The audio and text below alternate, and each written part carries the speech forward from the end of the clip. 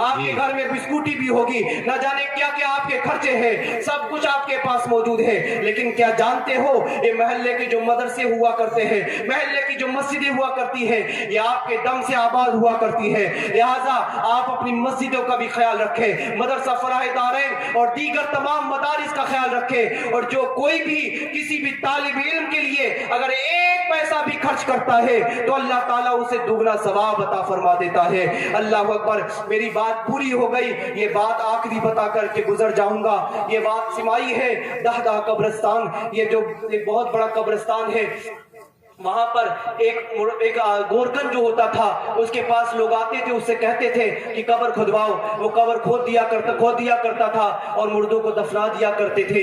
एक बेवा खातून थी जिसके 2 बच्चे थे। अल्लाह अकबर। वो एक अपने छोटे बच्चे की लाश को लेकर के आती है और उस गोरकन से कहती है, लिहाजा मेरे बच्चे को दफन कर दो। गोरकन उसे दफन करने के लिए जैसे ही कब्र में उतरता है तो देखता क्या है कि उसने देखा बेहोश हो गया, वो बेहोश होकर के वहीं पर गिर गया। अल्लाह पर वो खातून वहां से जा चुकी थी। जब कब्र पूरी बना चुका, उसके बाद उसने देखा वो औरत कहाँ है, वो खातून जा चुकी थी। अभी कुछ ही दिन बीते थे कि वो अपने दूसरे बेटे को लेकर के आ गई। अल्लाह के करने से उसका भी इंतकाल हो गया। अब जब उसका इंतकाल हो गया तो वो औरत लेकर के आती है और उसी गोरकन से कहती है, हमारा ये बच्चा, इसको भी दफन कर दिया जाए, इतने पैसे दे दिया जाता है।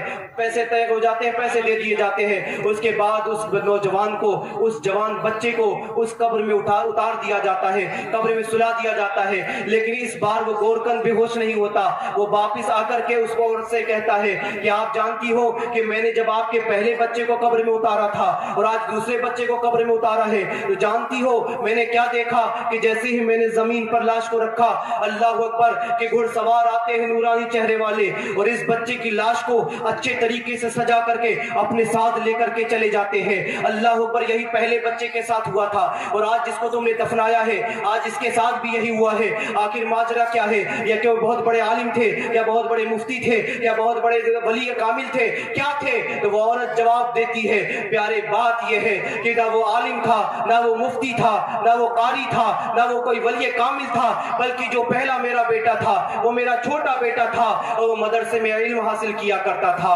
मदरसे में तालीम हासिल किया करता था। इस तालीम हासिल करते करते उसका इंतकाल हो गया, इसलिए उसे मैंने दफनाया और दफना करके मैं जब वापस गई, कुछ ही दिन बीते थे कि उसके दूसरे बड़े भाई को, यानी जो उसका दूसरा भाई था, जो बड़ा भाई था, उसका भी इंतकाल हो गया। तो उस गोरकन ने कहा, क्या वो बहुत बड़ा आलिम दीन था?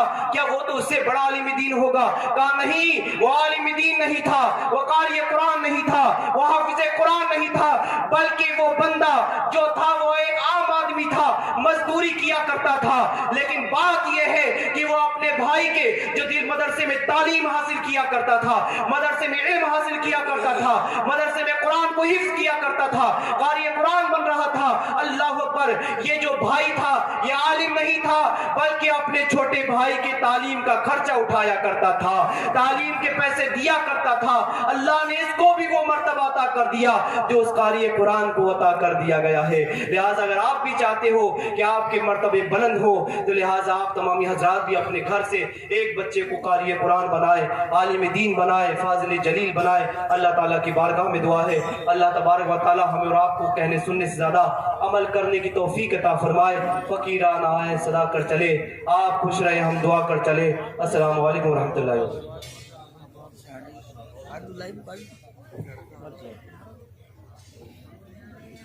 हदीस पाक का फरमान पढ़ लेते तो अच्छा था।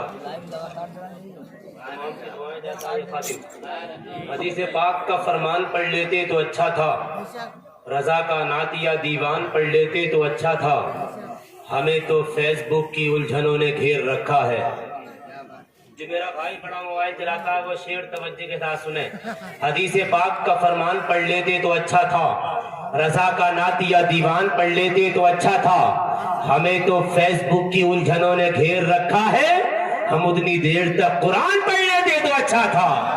हम उतनी देर तक कुरान पढ़ लेते तो अच्छा था।